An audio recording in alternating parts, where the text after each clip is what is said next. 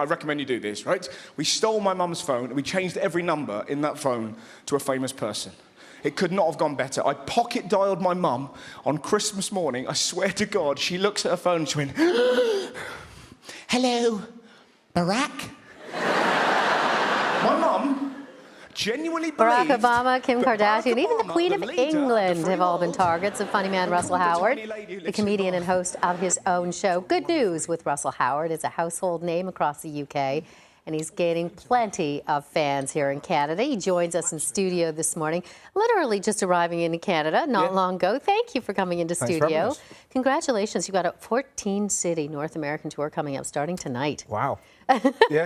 You've been in Canada before. Yes. In Montreal, I think, a couple of I times. came to Montreal and we went on a family holiday here in Toronto years ago. And so tell me about your comfort zone coming here to do this 14-show live tour. You've done the tours before, but you're out of the UK, out of the Good News show. This is very different. Yeah, we're just, it's just going to be me and hopefully an audience. If I travel all this way, there's no one there. But yeah, it should be fun. How do you choose the material that you're going to use? I mean, and do you cater it to kind of the audience or the geography? Well, it sort of depends really. Like at the minute, I've just had an operation on my eye. Can you see that? It's kind of A little manky. bit of red, yeah. So I've got to do these kind of exercises to stretch my eye. Oh gosh. So I'll be chatting about that because that gets you a lot of space on public transport. If you need, honestly, just start doing that. Look at your eye. You've got Here's the your tired. seat. Yeah, exactly. I love it. Well, you do a lot of the stuff that you choose is personal. Yes, You know, it is in and stand-up. stories. Yeah. And so how do you say, okay, this is too personal, or I can't talk about my family and friends in this way, or I can do that? Well, my mum's always amazed how tame it is, because the real version of my mum is a lot filthier. What? Yeah, totally. Yeah, so she'll kind of watch it and think, come on, put the jokes in. Really? But, yeah, she's, but she's just she's a really funny lady. Like, this summer's my mum, like, we were on a motorway in England recently, and this guy there was a traffic jam, this guy got out of his car, knocked on my car and was like, can I have a photo? Which is fairly strange. And it's made even weirder when your mum is next to you and started screaming, help, he's kidnapped me. Oh my gosh, So she didn't. She did. So She's hilarious. she's an incredible woman, but and because I'm famous in the UK, and all these years I've kind of teased her, she adores winding me up, so. It's unbelievable. Yeah. How do you cope with that kind of fame? I mean, when I know you've got your own YouTube channel, launched that over a year ago, that's done phenomenally well. 9 million people, have viewed things.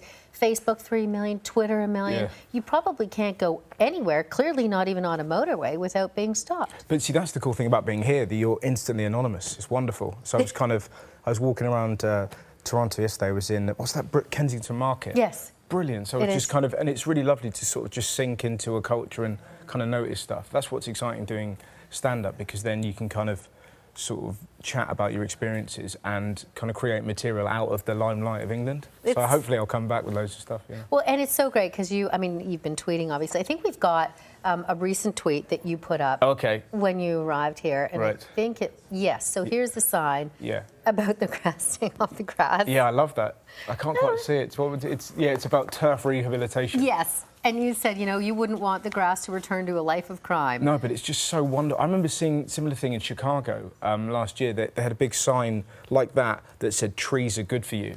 Yeah. Which I thought was incredible. That people need to be reminded. It's the idea of people coming down with chainsaws. But yeah, that's what I mean. It's kind of, you're sort of wandering around, you're seeing little things, and it's such a great job being a stand-up. And travelling, because you kind of see stuff, it goes in your head, you can kind of whack it on Twitter, talk about it later.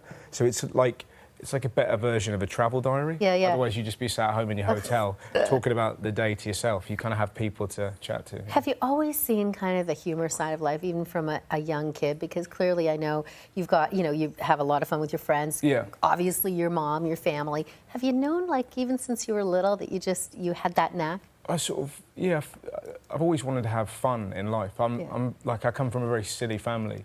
But I think that's what you like when you're a kid, Like, weirdly, I remember when we had a family holiday here, we were told by our mates at school that Canadian, North American girls love English men. So we were lovely accents. Yeah, well, this is it. But we were 14 and we really went for it. So we were kind of walking around going, hello.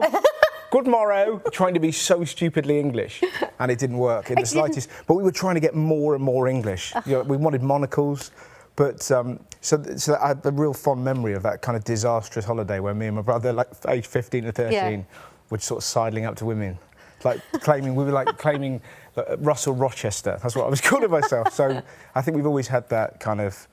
I come from a very joyous Daft family, and like my sister's an actress, and my brother is a kind of a natural performer anyway. So it's kind of just part of our. So kind of doing that. Yeah. Russell Howard, congratulations Thanks on for the having us. 14-city tour that you're embarking upon. So great to see you. Nice to see you. Welcome and congratulations. Thank you. Russell's 14-city tour kicks off tonight in Toronto. To find out if he's coming to a city near you, you can head to our website.